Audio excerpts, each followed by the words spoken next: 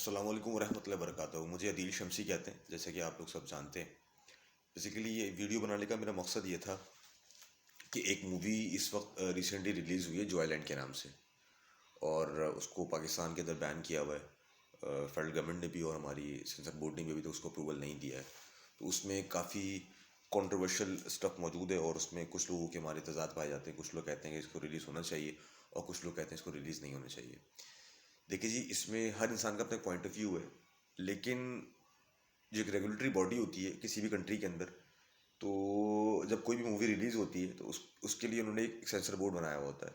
और sensor board का basically मकसद ये होता है कि वो 4-5 चीज़ों को नोट करता है किसी भी मूवी के लिए रिलीज़ होने के लिए, और उसके बाद फिर वो उसको अप्रूव करता है और वो फिल्म चलती है वो।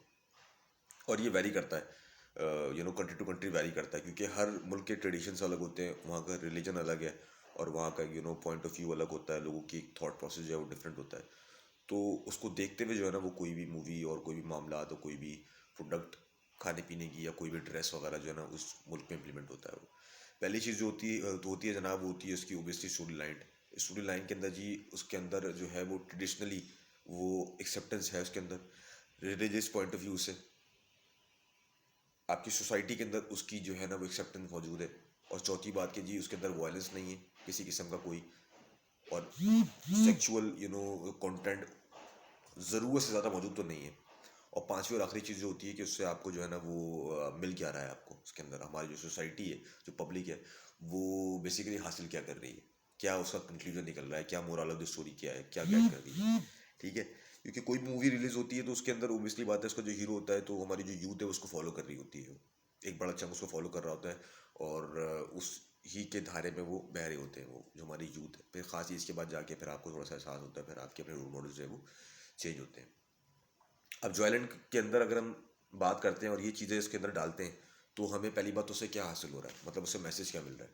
आई एम श्योर आप सबको उसकी स्टोरी का अंदाज़ा होगा कि जी, अगर नहीं है जिनको तो मैं बता भी देता हूँ कि जी, एक उसमें एक ट्रांसजेंडर जो है ना वो साहब थे, और वो एक स्टेज डांसर थे। एक साहब थे, उनकी नौकरी जो है ना एज मैनेजर उस स्टेज के अंदर लगी, उस थिएटर के अंदर, और उनको उनसे मोहब्बत हो गई और वो उसके बाद उनसे शादी करना चाहते हैं वो।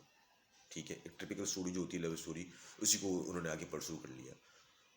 तो अब इस मूवी से सोसाइटी में क्या मैसेज जा रहा है, मतलब क्या मिल रहा है, क्या ऐसा आउटपुट है, कोई प्रोडक्टिव किस्म की चीज़ मिल रही है, क्या दे रहे हैं मतलब मैं समझ नहीं पा रहा इससे। मैं आपको अगर समझ में आ रहा हो तो मुझे बताएं। दूसरा जो एक पॉइंट था सेंसर बोर्ड का कि जी, रिलीजियसली वो क्लैश नहीं कर रहा है। आप सबको पता है कौम लूत और जो मामला थे हमारे, हम जिस पर हम सब जानते हैं, इसमें बहुत ज़्यादा डिटेल बताना मुझे ज़रूरत नहीं है, और ना मैं आलिम हूँ और ना मैं स्कॉलर हूँ और ना मेरी कोई इतनी इस्तात है।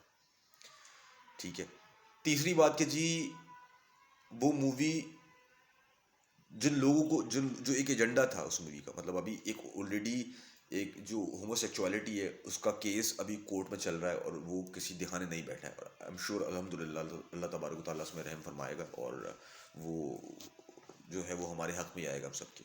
ठीक है, उससे जो है वो डिनाई करेगी हमारी गवर्नमेंट, मुझे अल्लाह पाक से पूरी उम्मीद है। बहरहाल, वो डिनाई करे या ना करे, लेकिन वो अभी कोर्ट में केस चल रहा है, वो ऑलरेडी कंट्रोवर्शियल है, और आपने कंट्रोवर्शियल जो एक थ्योरी है और जो एक कंटेंट है उसके अंदर पूरी मूवी बना दी गई है, और उसमें उससे एक हद आगे चले गए, उससे शादी करना चाह रहे हैं आप यहाँ पे। तो अभी बेसिकली कंट्रोवर्सी और कॉन्फ्लिक्ट है कि जी होमोसेक्सुअलिटी होनी चाहिए नहीं होनी चाहिए, वहां पे आपने ऑलरेडी जी मोहब्बत करवा दी, और उसके अंदर जो विलन दिखा रहे हैं वो किसको दिखा रहे हैं। अच्छा, बाय द वे, वो जो साहब इनको मोहब्बत हुई वो मैरिड है, तो जो विलन दिखाया जा रहा है उनकी बीवी, उनके बच्चे, उनके पेरेंट्स, उनके रिलेटिव्स जो रिटेलिएट कर रहे हैं, तो वो रिटेलिएट जो कर रहे हैं उनको एज अ विलन दिखाया गया है, और ऑलरेडी वो टॉपिक जो है कॉन्ट्रोवर्शियल है सुप्रीम कोर्ट में। तो मतलब ये समझ में मुझे कोई चीज़ नहीं आई।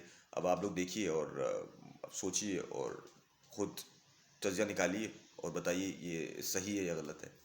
अपना ख्याल रखिए और अपने गर्दनुमा में बच्चों का भी ख्याल रखिए और जानवर से मोहब्बत कीजिए। मुझे अली शमसी कहते हैं, दुआ में याद रखिएगा। अस्सलाम वालेकुम।